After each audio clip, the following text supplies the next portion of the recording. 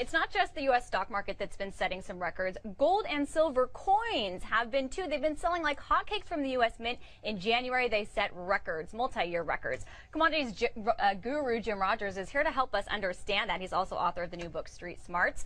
Mr. Rogers. Yes, Ms. Lister. I have here this this 1 ounce silver American Eagle 2012 coin. Tell me, what is this? Is this a collector's item? Is this money? Is this a way to buy precious metals? Oh, that's the hot one. Those are hot sellers. I know. You can't get them. You can't get them, can you? They sold out. They did. It worries me that the mint is running out. It's not just American Mint, the U.S. Mint, the Canadian Mint. Several mints have run out of coins. Why? Why are they selling like hotcakes? Why is everyone clamoring to get their hands on them? I mean, I'm not the only person who's worried about the future of the world. No, lots of people are. It worries me a bit, though, that it's so hot right now. I don't like to buy things that are so hot. Do you think too many people are now speculating on precious metals, on silver coins? I do know that lots of people are. I know that the commodities numbers that the government publishes every week, they show lots of people have rushed into gold and silver here in the last several weeks. So it worries me. I'm not buying right now other than souvenirs for, my friends.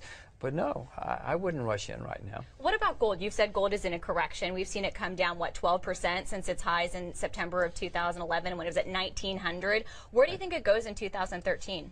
I'm not smart enough to know that. You should watch Yahoo Finance, for goodness sakes. You're competing with all the other financial networks. I don't know. Well, do you think the correction continues for a while? Yes, I do. If gold has been up 12 years in a row, which is extremely unusual for anything, lots of speculators are rushing into gold right now. No, I'm not rushing in to buy gold at the moment, but I'm certainly not selling. And if it goes down, I'll buy more. Okay, so what about the U.S. dollar while we're on commodities, or currencies, excuse me, because I know in the past you've said the U.S. dollar will be a disaster, but you buy it because you have to think about what everybody else is doing. Own it now. So, for exactly that reason, because there's going to be a lot more turmoil in the currency markets. Look at the Japanese yen. The Japanese yen is collapsing here in the last 2 months, so there's going to be more turmoil like that. People will flee. They don't know where to go, so they'll go to the U.S. dollar. It's the wrong place to go, but they think it's a safe haven, so they'll go. So I've gone there too.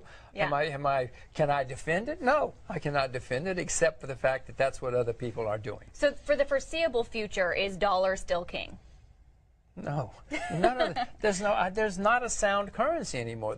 There are sounder currencies, the Canadian dollar, the Australian dollar. There's some currencies, the Singapore dollar, the Chinese renminbi. There's some currencies that are less unsound, but there's no such thing as a sound currency anymore. Hang on to your silver. Okay, I will. So then, I guess including precious metals and currencies, if you could only hold one today, what would it be? Oh, agriculture. I would rather own agriculture than anything. Or maybe than any Russian currency? Maybe. Oh well, Russian rubles. Or is it renminbi? Russian rubles. I'm interested in right now. Russian Singapore. I'm sorry, renminbi. Chinese renminbi. I'm interested in right now. There are some currencies, but none of them. There is no paper money in 2014, 2015 that's going to be worth much of anything. So if you had to pick one, it would be the renminbi? If you could only hold one today. No, it wouldn't be the renminbi because it's not convertible. Right. I'd like to be able to get by. I guess it'd be the. I can't believe I'm about to say the ruble. It'd be the ruble or the U.S. dollar. It'd be the. Wow. No. The Cold War all over again. The ruble and the U.S. dollar fighting. It might be the Russian ruble, believe it or not. The U.S. dollar is still very, very popular, and still the euros in some parts of Africa because they used to be European colonies. No, it's in some parts of Asia the yen, but. No, it's still the. That's what I said. That's why I own U.S. dollars, not because the U.S. dollar is a sound currency, but because nobody else knows what to do. You should hold. What about these coins? Do other people perceive this to be money in other parts of the world, or not yet? Not money, but they know it's a store of value. You can find silver coins all over the world. In parts of East Africa, you can find silver coins that are 200 or 300 years old. Old Austrian Empire coins. There are lots of them in East Africa. It just depends on where you are. But nearly everybody in the world, Ms. Lister, knows about gold and silver. Don't sell your gold and don't sell your silver. Okay, but be careful of the speculators at the current moment, I guess. The Japanese yen, some people tweeted me that they had heard that you were buying it. Are you?